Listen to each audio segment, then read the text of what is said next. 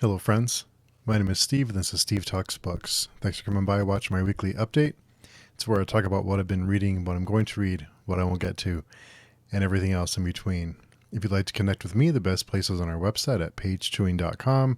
We have a front page blog and some forums that we organize all the book-related stuff we do. We have an event calendar that you can sign up for different events for. Helps me keep track of who's coming to what and know that we have enough space for everyone. I can also be found on Twitter at Steve Talks Books, and I've found myself using Twitter less and less, just because I feel like I start scrolling and then 5 or 10 minutes have passed and think, what could I have been doing other than doing this?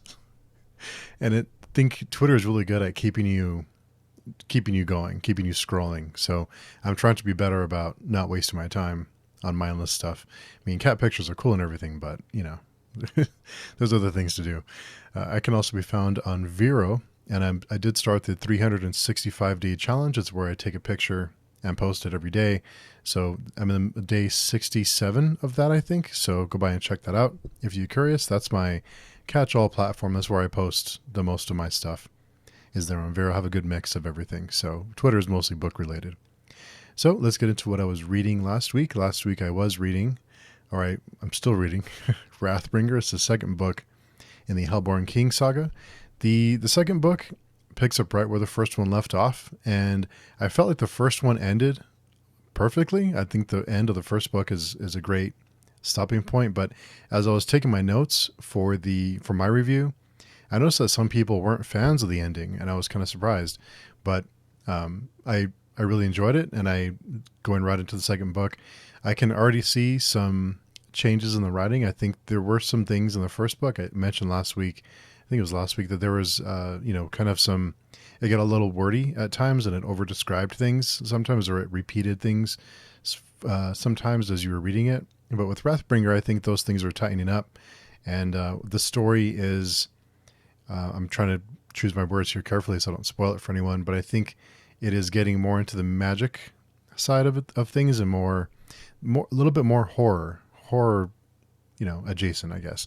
So it's not horror, but it's those elements are starting to be sprinkled in, and it's not as much combat as the first book. There's lots of combat, lots of fighting, lots of military stuff in the first book, and the second book isn't as much so far, but we are still building a lot on the characters, and all those things are still moving along pretty quickly. Also this week I was reading the Thousandfold Thought. We are getting back into the Prince of Nothing series since we took a 2-week break for the podcast series with Daniel and Katarina. So we are back to meeting every Friday, and we're doing about 100 pages every week. So we're breaking it down pretty quickly. And even with just 100 pages, we still talked for over an hour and a half about what was going on. And I kind of went into the first meetup on Friday thinking, I'm not sure that we're going to even have a whole lot to talk about, because I felt like a lot of things were being repeated or kind of reiterated for us, kind of catching us up. And the way that I kind of described it before we started the podcast is it's almost like when a sitcom season, when the season ends and then the next season begins, there's that recap at the front of the first episode that kind of catches you up on what happened last season or kind of where we are with everyone. And I kind of felt a little bit like that with the first few chapters of the Thousandfold Thought, but there is a lot of character development. The characters are evolving quite a bit, and I'm very invested in this world and the characters already, and I really want to know what's happening. And I think a part of it is the way the second book ended. I was expecting the same intensity when the third book started, and there's just no way that intensity could be in a book that big, that long. To maintain that intensity, it's too much. So that may have been just me expecting things to be, pedal to the metal kind of thing. But so far, so good. And I'll be reading the next few chapters of that book this coming week. I'll also be finishing Wrathbringer this week. And I will also be starting book 2 of House of Chains. We are discussing that on November 16th. It won't be live, but I will be recording it and then releasing it after, probably the next day. But I'll let everyone know as we get closer. But that'll be just book 2, and we'll be discussing that. I'll be with Layla, and I'm not sure if anyone else wants to join. Anyone is welcome to join us. It is up through book 2, though. We won't be discussing the rest of the book just yet. We're taking our time and kind of breaking things down. So that's really helped me a lot, is slowing down and having people to talk to. So I'm really lucky to have people that I can chat with about it, who are willing to put up with me and have to let me know how to explain what's going on to me sometimes, because there's a lot. So on the channel last week, we did have the Friday conversation with Yolene, Matt's fantasy book reviews, and also with Alan, of course, from the Library of Alexandria. And Alan, always, whenever I'm done talking to Alan, I always have like this pain in my cheeks from laughing so much. So we did have a mix-up with the time zone. So we were on a different page there, but thankfully Alan was able to make it. And I really wanted to talk to Matt, because with Matt, his channel, I think the backbone of it is book reviews. And I've been hearing a lot lately about how book reviews are kind of like a thing of the past. Like, people don't watch them anymore. People don't care about them. But someone like Matt, whose channel has just exploded, he does a lot of book reviews, good book reviews. I kind of wanted to get a feel of kind of his approach to his reviews, how he does them. And of course, BookTube in general, I think it's really interesting. Everyone has different experiences with it, but I think it's like, talking about like thumbnails or the analytics or what works and doesn't work. All that's really interesting to me. And of course, it's always a pleasure to talk to Yolene. So I'm always happy whenever she comes by. It's, kind of have an open door, like whenever you can make it, just let me know, kind of thing. So whenever she's able to make it on a Friday night or early Saturday morning for her, glad she can make it. And it's always just talking with friends. So that's what I love about it, is it's just really casual, just easygoing, and just having a good time. So also this week I did have Page Chewing with Linz McLeod. That was on Saturday morning. We did discuss horror, writing, surrealism, what it's like for a horror author to have their readers tell them, "You really ruined my day."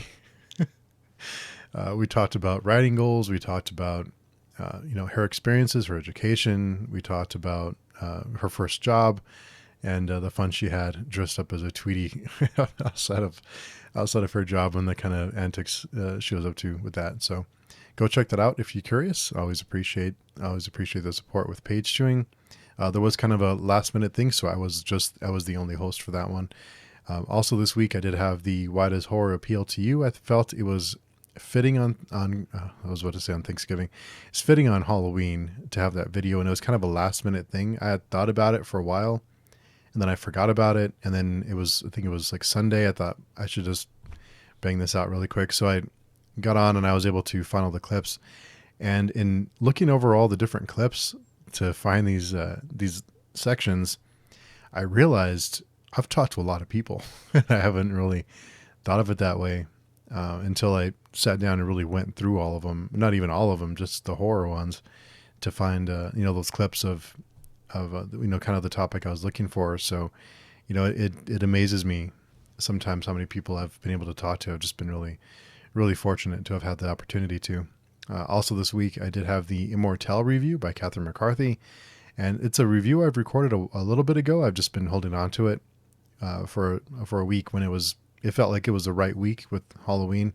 So yeah, good stuff. And it's another horror novella that I think is quick, impactful horror read, and it's more of a subtle horror. It's not really too in your face or blood or gore. It's more psychological. And this week on the channel, we will have the Friday conversation with Yolene, Chris Moen, and author Thiago Abdallah. So looking forward to that on Friday night. And I do still plan on doing episode 50. I'm just working out the times. I'm not sure if I'm going to do two, like one in the morning and then one in the evening, and go long in the evening, or how that's going to work. So I'm not quite sure just yet. We are going to have a big kind of an open thing for the 50th episode. So I'm not sure who's going to show up, but I need to kind of move that forward. It's been something that I keep saying I really need to do that, and then I forget about it. So I need to organize that and let everyone know that it'll be happening if they don't already. So if you've been on the Friday conversation and want to come by, get in touch so I can send the link over to you. And on Friday, the Thousandfold Thought chapters 1 through 4 discussion video will be posted. It is on the podcast, but I will post it on YouTube for those of you who follow on YouTube, or if you're reading along with us, it'll be posted there. Also wanted to say that we will be starting a Song of Ice and Fire in January as a group. I know there's another group having a read along or having like a read with different, different months. And there's a few creators doing one. We're also doing one. We're going to have a few different, we've already had a few signups for it. I think it'll be myself, Chris Moen, our friend Layla. I think Stacy from Stacy's All Booked is back and signed up for that. And a couple of other people have said they want to read with us. And I believe Yolene is going to do double duty with us and with her other group. So that's always fun. I always like discussing the books, and I wanted to have discussions for all of them. So we decided to do this, and we'll have them, the discussions once a month on Sunday mornings. The first one I believe is on the 15th of January.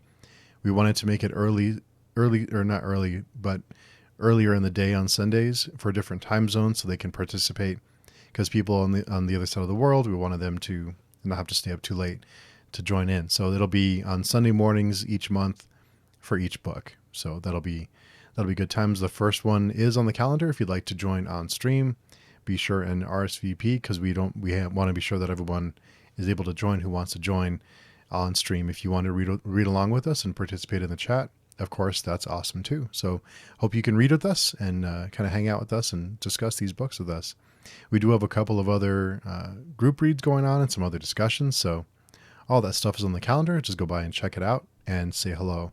Speaking of the calendar and the forums, I did recently launch the WordPress site, and I start to realize that I just haven't had enough time to really put a whole lot of time into it, like posting content. So if you are someone who wants to post blogs, I don't have a requirement, like you don't have to post so much so often.